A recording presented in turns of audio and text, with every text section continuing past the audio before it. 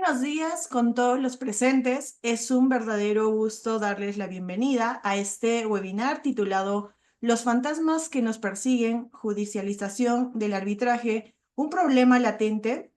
Hoy nos reunimos para reflexionar sobre un tema que, aunque no es nuevo, sigue generando intensos debates dentro de la comunidad arbitral. A lo largo de la sesión, nuestro panelista nos compartirá su experiencia, sus visiones. Agradecemos su presencia a todos los participantes que están siendo parte de este webinar. También agradecemos a quienes están a través de nuestras otras redes sociales viendo la transmisión en vivo. Sin más preámbulo, tengo el gusto y el placer en realidad de presentar al doctor Edwin Nemesio Álvarez Román. Es abogado transnacional corporativo con más de 15 años de experiencia en la jurisdicción mexicana. Se especializa en arbitraje comercial internacional, así como en el arbitraje internacional inversionista del Estado basado en reclamaciones contractuales y de tratados a través de las principales reglas del arbitraje. Ejerce la profesión en español como en inglés y es socio en la firma Enrar Law Arbitration teniendo la sede en la Ciudad de México. Es miembro activo de prestigiosas asociaciones profesionales de derecho internacional y arbitraje internacional. Tiene una vasta experiencia en litigio ante las cortes federales y locales, comerciales, así como campos relacionados como el derecho corporativo y el derecho contractual, aparte de que brinda asesoramiento legal integral para tomar decisiones informadas sobre acuerdos comerciales. Sin más preámbulo, con esta maravillosa presentación y amplia experiencia que tiene el doctor Edwin Nemesio, a quien tuve el placer de conocer, le doy el pase para que pueda iniciar esta sesión de webinar. Gracias, doctora Yadira. Muy buenos días a todo el auditorio.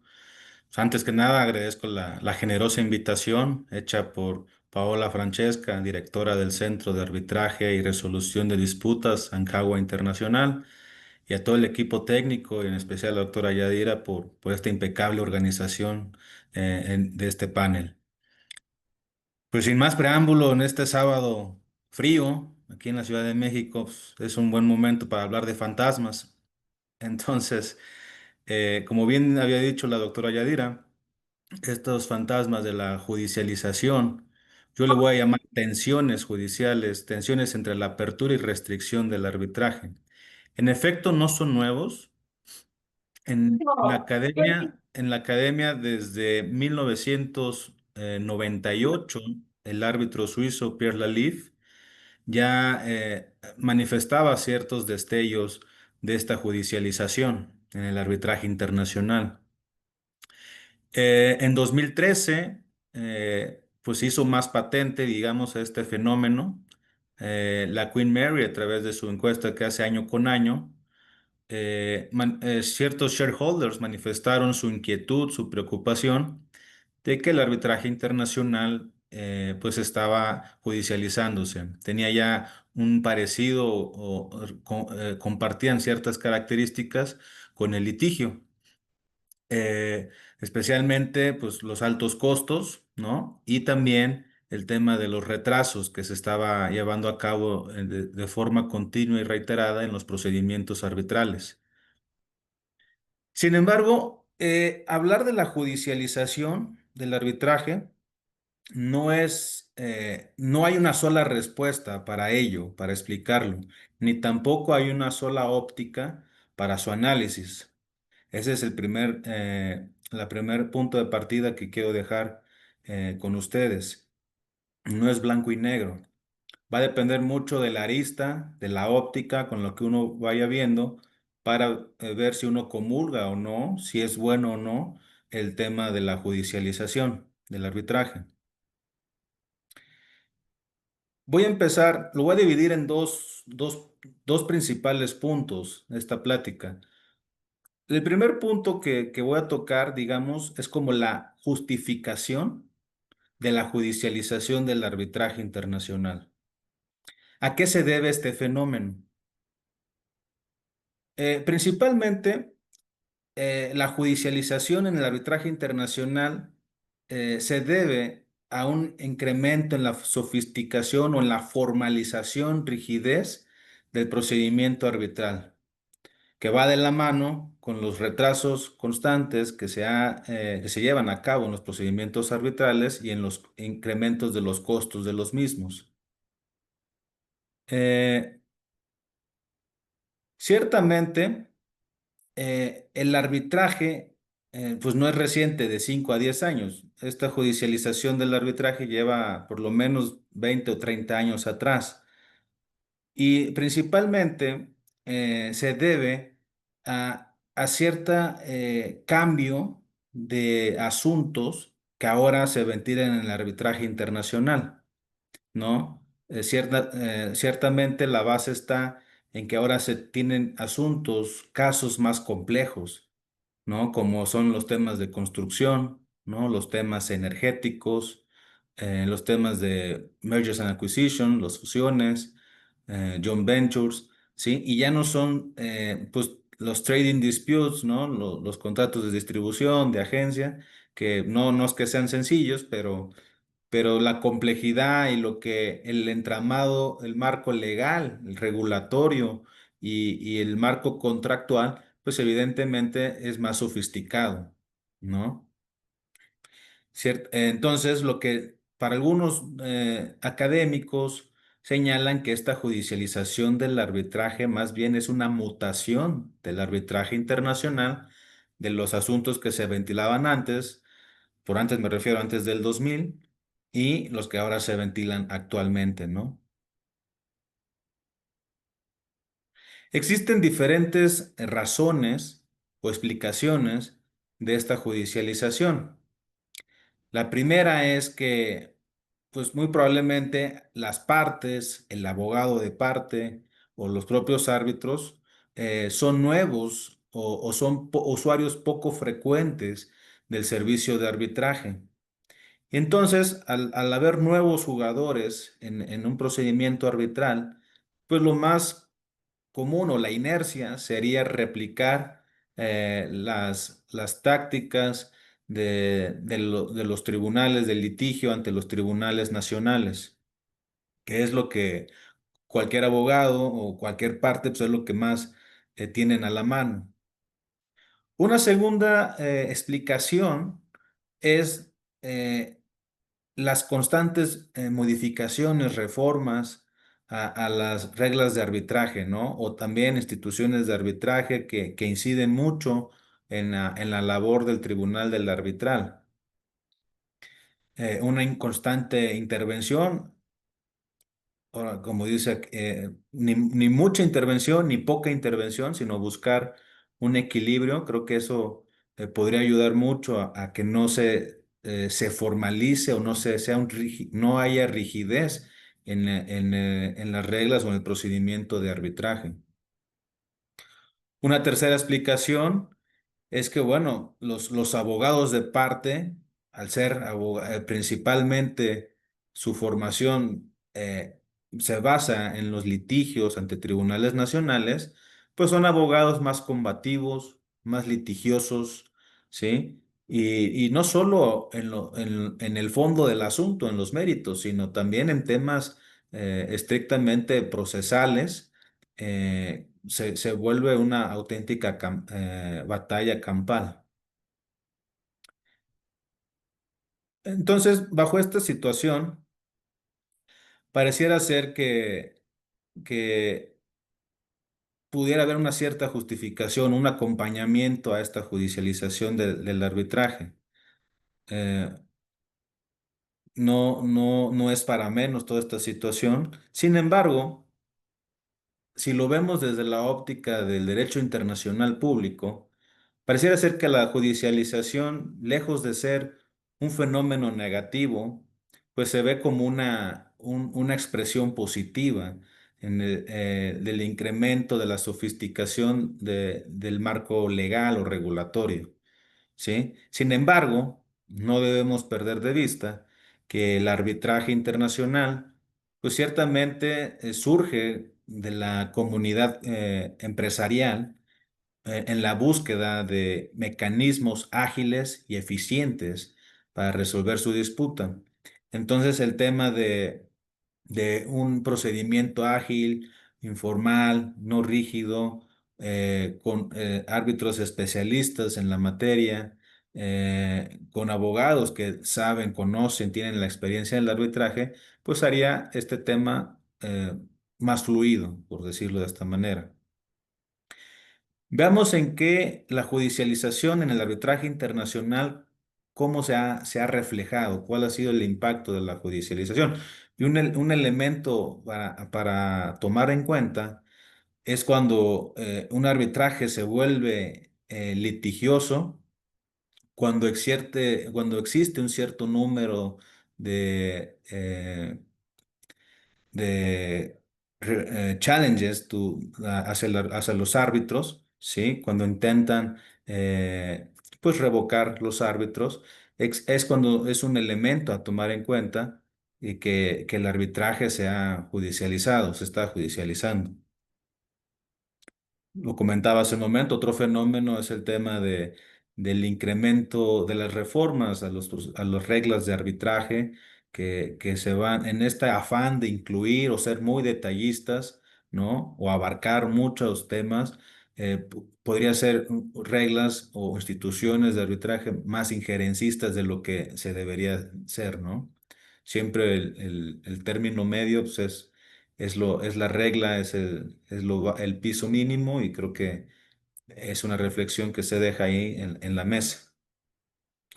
Otro factor a considerar para ver si un arbitraje internacional se está judicializando son el número de bifurcaciones, ¿no? Los arbitrajes complejos es muy frecuente que haya muchos laudos arbitrales parciales, ¿sí? Derivado de que se resuelven temas muchas veces procesales, ¿no? Derivado de lo complejo que puede ser el tema o de las técnicas de litigio que implementen los abogados de parte. ¿Sí? Otro elemento, bueno, también se judicializa el arbitraje cuando muchas de las partes deciden optar por tres árbitros en lugar de uno, ¿no? Evidentemente, optar por tres árbitros implica pues un mayor tiempo de conformación del tribunal, ¿no? Ciertamente las reglas de arbitraje de cada institución establecen los mecanismos, pero no deja de ser el buscar la comunión de las partes para que designen sus árbitros y estos árbitros designen al chairman, al presidente del tribunal, pues, lleva un cierto tiempo, ¿no? Cierto análisis también, estratégico sobre todo. Entonces eso hace que también se vuelva un poco rígido el proceso arbitral. Y lo que decía hace un momento, bueno, los diferentes materias que ahora se ventilan, los casos que se ventilan en el arbitraje internacional son complejos de otra naturaleza. El tema marítimo, por ejemplo, también, ¿no? Ha tenido un incremento. Y la construcción, creo que es la industria que ha sido reiterada, constante, no de ahorita, no de 10 ni 20 años, sino que ha sido constante en su arbitrabilidad, ¿no? Que existe un número importante de arbitrajes en materia de construcción. Eh, Otro aspecto es el tema de el marco contractual o las partes, ya las transacciones comerciales derivado de esta globalización, ¿no? Que es patente, es tangible, pues ya no existe, digamos, la forma tradicional de un demandado y un actor. Eh, la parte actora y la parte demandada muchas veces son dos, tres personas, cinco personas, llámese físicas o jurídicas y el mismo del otro lado. Entonces ya existe lo que llamamos un multi-party arbitrations y también el tema del marco contractual que regula una transacción comercial, pues ya no es un solo contrato, ¿no? Muchas veces los propios project finance se regulan por es un mapa de contratos y esto conlleva que también se tenga que analizar un multi-contract arbitration. Y eso hace indefectiblemente que surjan temas inclusive jurisdiccionales, ¿no? Y por supuesto, al ver diferentes partes, al ver muchas partes de uno y del otro lado, pues evidentemente a lo mejor tienen intereses, a lo mejor en algunos casos comunes, pero otros tienen diferentes intereses a pesar de que forman de la misma parte, ¿no? Parte actora o demandada. Eso, por supuesto, hace que el procedimiento de arbitraje pues se vuelva muy rígido, ¿no? Que no fluya de manera sencilla ni fácil. Eh, Otro tema, bueno, es el valor de los asuntos, ¿no? Derivado de estos complejos asuntos, pues la cuantía del asunto sin duda se vuelve relevante. Y aquí no solamente es la cuantía, sino qué es lo que engloba la cuantía del asunto. Y al parecer lo que existe un cierto consenso, bueno, dejemos de lado la rapidez y la sencillez del procedimiento por una sensación de justicia de las partes, de poder presentar su caso, ¿no? De poder dar sus argumentos, de poder llevar a cabo sus pruebas. Y entonces se vuelve el procedimiento arbitral muy combativo por esa situación. ¿Sí? Eh, de esta manera, tomándolo en conjunto, tal vez algunos podríamos ir acompañando esta idea de que pues es como natural, ¿no? La consecuencia de esta judicialización del arbitraje internacional, tomando en cuenta estos elementos. Sin embargo, la pregunta que yo dejo en el aire es, si bien es cierto, existen estos elementos que acabo de mencionar, lo cierto es también que, bueno, los jugadores que están en el arbitraje internacional, pues no son jugadores no son jugadores de inicio, sin experiencia. Y hablo desde las partes con estos tremendos negocios complejos, ¿no? Pues son gente muy avesada, muy versátil en los negocios, en los business. Entonces, pues por ahí yo creo que no es como que una justificación, digamos. Por el otro lado, tenemos los abogados de parte. Los abogados de parte en los arbitrajes internacionales, pues no han llevado uno o dos arbitrajes, han llevado mínimo 20 o 30 arbitrajes y aún así pareciera ser que se está replicando estas técnicas de litigio. Yo supongo que es por un tema de estrategia, pero no deja de ser puntual de que a pesar de que existe esta sofisticación de todas las partes, no se diga del tribunal arbitral, ¿no? Que son gente, profesionistas en la industria muy preparadas, ¿no? Con excelentes cartas. eh, y la duda está en por si teniendo esta sofisticación de todas las partes, la pregunta que está en el aire, ¿por qué se sigue judicializando o por qué se sigue llevando a cabo, replicando estas técnicas de litigio llevadas a cabo previamente en tribunales nacionales y ahora replicándose en el arbitraje internacional? Si las partes, llámese los empresarios o si los abogados de parte, eh, están acostumbrados a litigar, a ser combativos, a ser duros en la protección de sus intereses, bueno, pues deberían de estar litigando el asunto, en todo caso, ante los tribunales nacionales y no en un arbitraje internacional. Pero dejo esta pregunta en el aire para que cada quien saque sus conclusiones. El segundo punto del día es ciertamente los fantasmas de la judicialización del arbitraje pues siguen estando presentes en el siglo XXI y vienen desde el siglo XVIII, ¿sí? De los años 1700, eh, académicamente se tienen registros desde 1800, y al parecer esta tensión del arbitraje y del Estado, ¿no? A través de la judicatura, eh, pues viene o deriva más bien de una confusión conceptual. Yo le llamo así, confusión conceptual de la noción del arbitraje. Eh, es muy patente, yo creo que una característica de esta misconcepción del arbitraje es lo que nos hemos llamado en toda la región de Latinoamérica el tema de la constitucionalización del arbitraje, ¿no? Todo el mundo lanzaban los aplausos y las victorias de que el Estado ha reconocido el arbitraje en sus constituciones políticas. eh, la protección o la vía para que las partes puedan dirimir sus conflictos a través del arbitraje o otros medios alternativos de solución de controversias.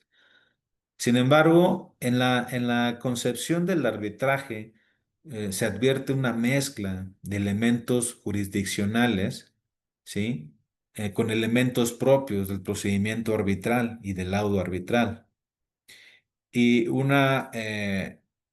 yo creo que la teoría jurisdiccional del arbitraje, hay dos teorías, hago un paréntesis, la teoría jurisdiccional y la teoría contractual, pero parece ser que la teoría jurisdiccional del arbitraje sigue muy enraizada en Latinoamérica, ¿sí? Eh, y en qué consiste esta teoría? En términos generales, de cierta forma ata, ¿no? El arbitraje a un marco normativo nacional, es decir, su uso y autorización del Estado para que los privados puedan recurrir al arbitraje es conforme a la ley y conforme a la Constitución, ¿sí? Y esto no es otra cosa más que una auténtica tensión entre la apertura y restricción del arbitraje. Y les voy a poner un ejemplo. Hablo del siglo XVIII, pero eh, en el siglo XX, yo por aquí tengo unos precedentes de México. Y es muy interesante cómo a pesar seguimos trayendo esta inercia, ¿no? Estos fantasmas del siglo XVIII. Por ejemplo, este es un precedente de 1933 y dice aquí, breve, aun cuando se haya designado en un contrato un árbitro o la manera de nombrarlo y éste haya dictado un laudo, esto es lo importante, si no se constituyó el arbitraje con notorio apego a la ley, no puede considerarse que en realidad existe el laudo, ¿sí? Vamos viendo aquí se ve tangible esta teoría jurisdiccional del arbitraje.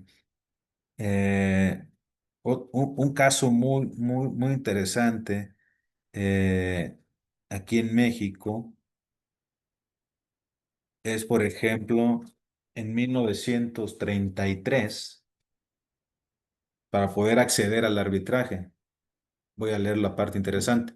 La facultad que la ley concede a los particulares, ¿sí? La facultad que la ley concede a los particulares para sujetar a arbitraje sus cuestiones privadas se concreta mediante la ejecución de un acto solemne, pues el compromiso debe constar forzosamente en escritura pública.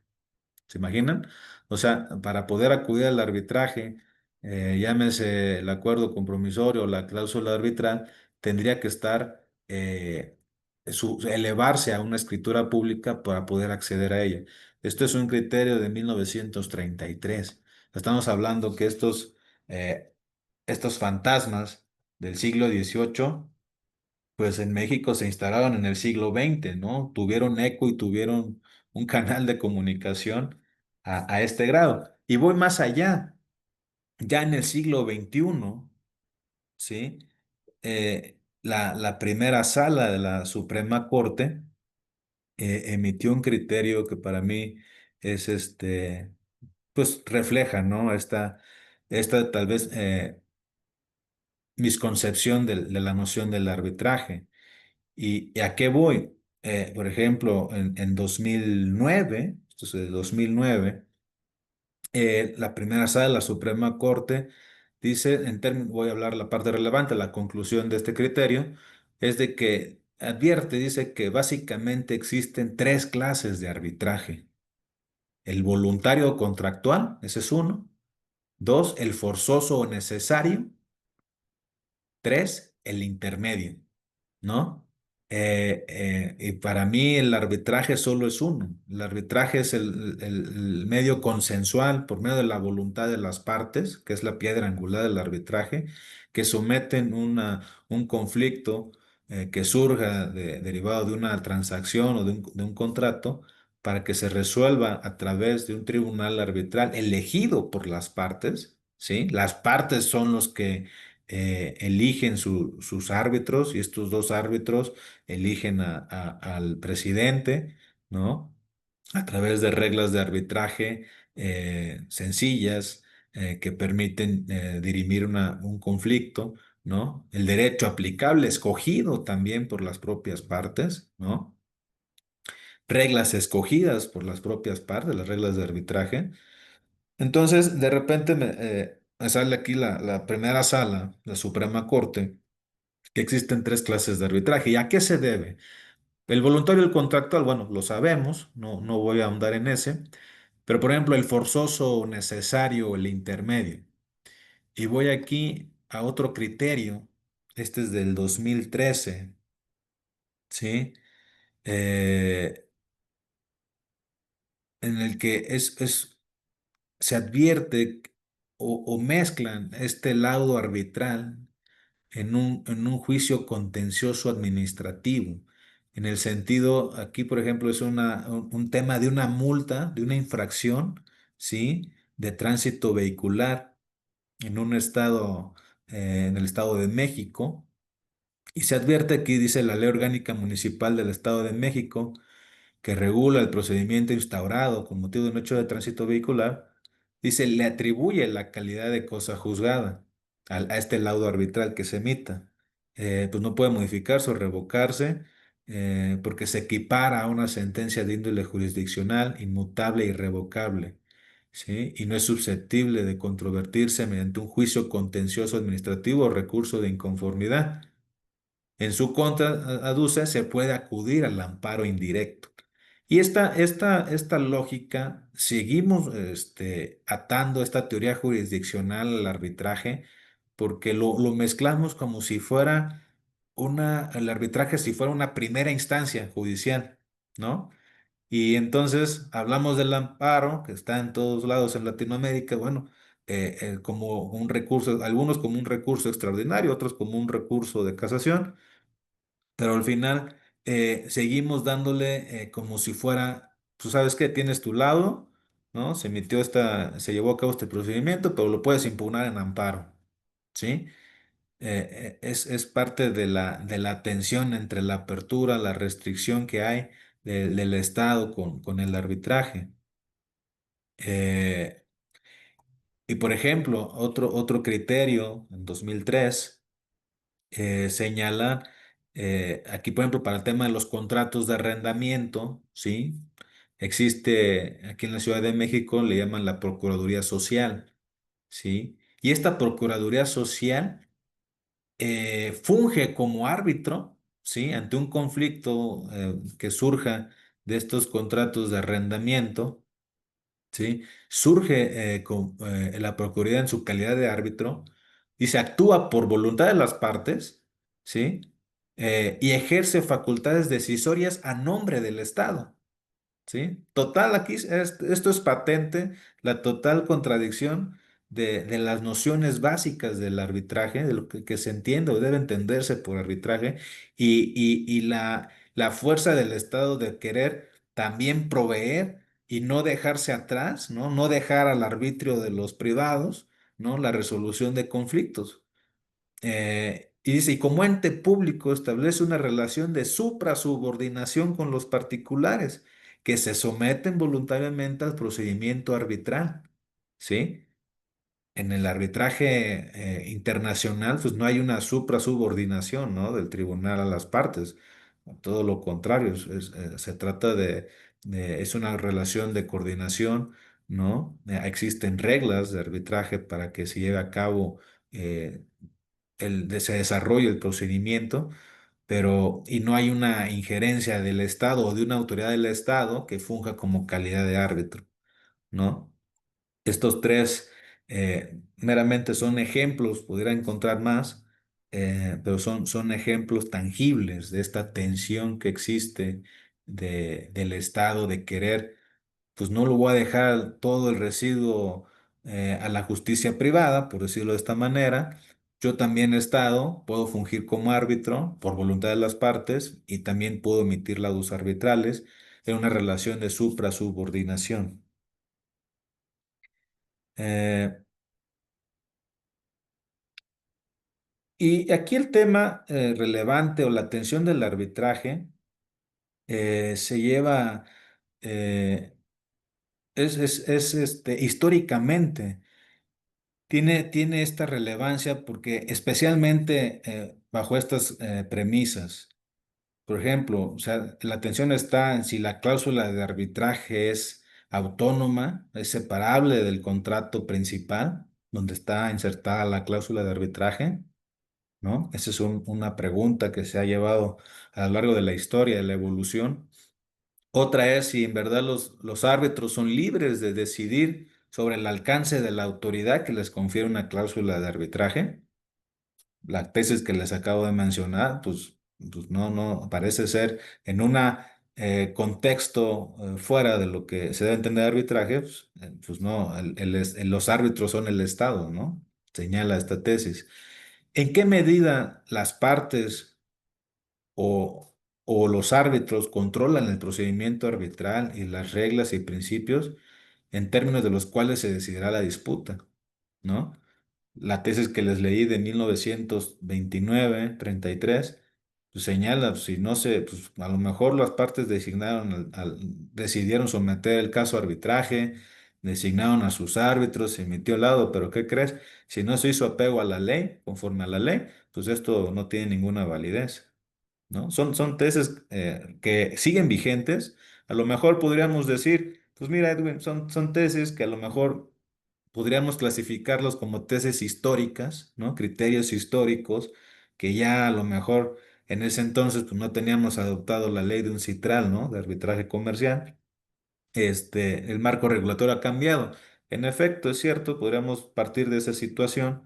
Sin embargo, no deja de que estos fantasmas siguen estando presentes. Las tesis son vigentes, ¿no? No hay una declaratoria por parte de la Suprema Corte en el sentido de que no se puedan aplicar, ¿no? Y son fantasmas que se siguen de cierta forma sobreviven, ¿no? Y esto viene de hace 300, 400 años atrás, ¿no? Otro punto que viene de esta tensión es cuál es el alcance de la revisión a la que se somete un lado arbitral, ¿no? En caso de que se requiera la ejecución judicial del mismo, ¿no? ¿Cuál es el parámetro, el estándar? Y aquí son estas preguntas las que reflejan de forma notoria y patente la tensión entre la apertura y restricción del arbitraje. Eh, Voy a hablar un poco de un tema de derecho comparado, ¿no? Para entender más bien la noción, la evolución del arbitraje, no hay otro método más que el derecho comparado. Es lo que nos va a permitir identificar similitudes, diferencias o tendencias, ¿no? Para bien o para mal en el arbitraje internacional. Por ejemplo, el caso Friedman-Cosmer ilustra que el arbitraje se diferencia, por ejemplo, de un expert determination, en tanto que el arbitraje es un procedimiento en el que las partes pueden contradecir argumentos y pruebas presentadas por la otra parte y que él o los árbitros valoran esos argumentos y pruebas de forma independiente e imparcial mediante una resolución final y vinculante. En contraste, el experto recibe la información de las partes y la analiza para concluir por sí mismo sobre un determinado punto fáctico según su experiencia, según su expertise. Ya se ha tratado en la historia tratar de diferenciar. No existe una noción de arbitraje. Lo que existe es identificar elementos, ¿no? Características, principios básicos del arbitraje.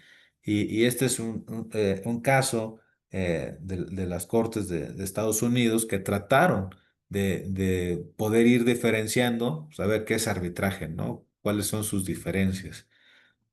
Otro tema es, otro asunto relevante y tiene que ver con la libertad de las partes para elegir el foro, es el caso de Bremen versus Zapata Offshore, que fue resuelto en 1972, ¿sí? Por la Corte Suprema de los Estados Unidos. Y aquí ilustra la incipiente apertura de los años 60 y 70 hacia el reconocimiento de la autonomía privada de las partes para convenir en un foro neutral al que someter cualquier disputa que pueda surgir entre las empresas que cooperan en un determinado proyecto. Y aquí lo relevante, voy a leer un extracto nada más, en la Corte Suprema señala, dice, durante al menos 2 décadas, estoy hablando de los años 70, inicios de los 70, durante al menos 2 décadas, hemos sido testigos de una expansión de las actividades comerciales en el extranjero por parte de empresas comerciales con sede en los Estados Unidos. La barrera de la distancia que una vez tendió a confinar una empresa comercial a un territorio modesto ya no tiene el mismo efecto. Difícilmente se alentará la expansión de los negocios y la industria estadounidense si, a pesar de los contratos formales, insistimos en un concepto arcaico de que todas las disputas deben resolverse bajo nuestras leyes y nuestros tribunales. No podemos comerciar en los mercados mundiales y aguas internacionales exclusivamente en nuestros términos, regidos por nuestras leyes y resueltos en nuestros tribunales, ¿no? Esto es un caso sobresaliente, ¿no? De esta expansión comercial y lo que señalaba al principio, de esta globalización. eh, Tiene su base, ¿no? O parte de ahí el pilar, uno de los pilares importantes del desarrollo, del auge del arbitraje internacional. Eh, Al confirmarse esta libertad contractual para remitir disputas a una corte extranjera, ¿no? Este fue para una corte extranjera, también en Estados Unidos, como en otras partes del mundo, las cortes nacionales reconocieron la libertad de las partes de elegir que tribunales arbitrales estuvieran localizados o administrados en estados extranjeros, distintos de los que tendrían jurisdicción en virtud de los criterios subsidiarios de jurisdicción del respectivo estado. ¿Sí? Y en este, por ejemplo, ilustra el caso de Shirk versus Alberto Culver, donde las cortes estadounidenses se apartaron de una interpretación provinciana para reconocer una elección de foro a favor de arbitraje en París, en una disputa que involucraba a una parte de Estados Unidos, otra de Alemania, con residencia en Suiza, y en donde el contrato estaba regido por el derecho de Illinois, ¿no? Voy a otro tema, otro análisis de derecho comparado son las formalidades para el acceso al arbitraje.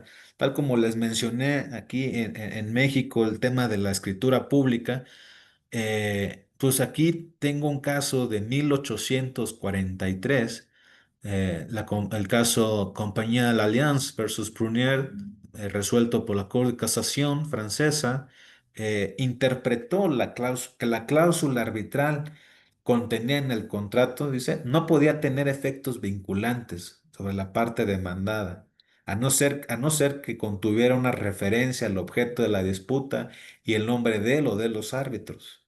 La necesidad de que hubiera acuerdo sobre estos puntos venía de un concepto muy amplio de orden público. Como la parte demandada no accedía a prestar su consentimiento a un nuevo acuerdo que contuviera esos datos, pues el arbitraje se bloqueaba, ni siquiera nacía a la luz para poder resolver este conflicto. Sin duda, este caso ilustra la tensión que existía en el propio derecho francés, ¿sí? Que hoy es digamos, el estado más liberal, ¿no? Del arbitraje internacional, pero también en Francia en el siglo XIX había esta tensión, ¿no? Entre la protección del orden público y la autonomía, de la voluntad de las partes. Eh, ya posteriormente, pues la Corte francesa, la práctica judicial francesa advirtió las consecuencias restrictivas, ¿no? Para la eficacia del comercio, y paulatinamente fue desistiendo de una aplicación estricta de estos requisitos del arbitraje, ¿no? De acceso al arbitraje. Eh, Otro asunto, también está Kulukunde Shipping, ¿sí? Que fue resuelto por una corte de apelación en 1942. Siguió una aproximación tradicional según la cual la cláusula arbitral forma parte integral del contrato principal en que se encuentra inserto. Esta situación, la parte demandada alegaba la invalidez del contrato principal y por ello conllevaba por extensión la invalidez de la cláusula arbitral. Y tiene como efecto, bueno, que no se pudiera constituir el tribunal arbitral y por ende, pues no se iniciaba el procedimiento de arbitraje. La parte demandada había participado en la negociación del contrato, pero al final no lo firmó y lo repudió. Y a pesar de haber expresado durante la negociación su conformidad con dicho contrato, pues alegaba que, derivado que ante la ausencia de esta firma del contrato principal, pues sufría de alguna invalidez y por ende también sufría de invalidez la cláusula de arbitral, ¿no? Ciertamente ya las Cortes de Estados Unidos ya no aplican esta doctrina jurisprudencial que fue superada en 1967, ¿sí? Con el reconocimiento del principio de separabilidad del acuerdo arbitral en el caso Prama Payne. Pero aquí lo interesante, ¿sí? Es ver cuál es la raíz o por qué estos fantasmas del siglo XVIII siguen sobreviviendo, ¿no? Estamos ya en el siglo XXI y todavía tenemos estos criterios. Al principio es importante, la historia es muy importante. Eh, hay una resolución, Scott versus Avery, de 1856. Aquí se diseñan lo que le llaman la doctrina judicial de hostilidad hacia el arbitraje. Y aquí Lord Campbell eh, señala que la hostilidad por parte de las cortes del common law, ¿sí? Hacia el arbitraje deriva en una derivada en una situación de una contienda que tenían los tribunales en ese entonces, ¿sí? Por la expansión de la jurisdicción. Aquí, actualmente, más que expansión, es seguir teniendo el control, ¿no? El Estado seguir teniendo control de que, a ver, te voy a proveer el arbitraje, pero tiene que ser bajo la ley, ¿no? O bajo la Constitución. Sí, y que bueno, eso era en ese entonces. También hay una resolución, Asphalt Refining versus Petróleo Compañía, es un caso de 1915 y señala el Judge Hawk que en este caso dice, no se puede negar que la hostilidad de los tribunales, en ese caso ingleses, a los contratos de arbitraje probablemente se originó en la disputa de los tribunales de ese entonces, de la antigüedad, por la extensión de la jurisdicción. ¿Sí? ¿Y a qué se debe esta extensión o esta eh, expansión de la jurisdicción de abarcar? Bueno, el common law, existen ciertos vestigios de que el common law, el trabajo viene o deriva de las cortes eclesiásticas. Y en ese entonces, la idea de las cortes del rey, la idea del arbitraje, pues no era muy favorable en ese entonces. Por un tema de que unificar el reino, ¿sí? De un tema político y financiero. Unificar, consolidar y unir el reino y también traer pues ciertas royalties fees hacia las arcas del reino, ¿no? Entonces, esa era la idea de la expansión, del por qué la jurisdicción del Estado adquiere, no veía con buenos ojos la idea del arbitraje. Y esto viene desde 1800. Ahora, con el tema de las teorías, ¿no? Jurisdiccional y la teoría contractual. He explicado, creo que tenemos muy enraizado el tema de la teoría jurisdiccional del arbitraje, ¿no? De atarlo hacia un marco normativo nacional. Sin embargo, pues está la teoría contractual del arbitraje, ¿sí? y en este es una teoría de una visión francesa, ¿sí? Y aquí, bueno, señala que pues, los arbitrajes internacionales no son nacionales, ¿sí? Que el procedimiento arbitral y el tema sustantivo se puede resolver y gobernar bajo reglas, inclusive que no derivan de un sistema legal nacional. Por ejemplo, aplicar los principios generales del derecho o el tema de soft law, ¿no? Con la lex mercatoria. Eh, el tema de que en 1914 la Corte de Casación francesa sostuvo que, bueno, los laudos arbitrales internacionales no están sujetas a una revisión de fondo. Y esto descansa en la característica contractual del arbitraje, ¿sí?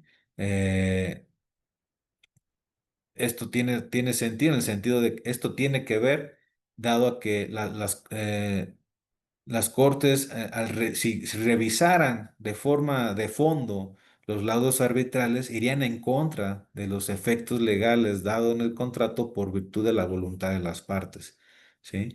Entonces, otro punto de esta teoría contractual, bueno, el hecho de en el arbitraje internacional, el orden público doméstico no podrían tener cabida, ¿no? En un arbitraje internacional. En todo caso, existe un orden público internacional que lo hace mucho más restrictivo el poder revisar de fondo, anular un laudo arbitral, ¿no? Por esta teoría contractual.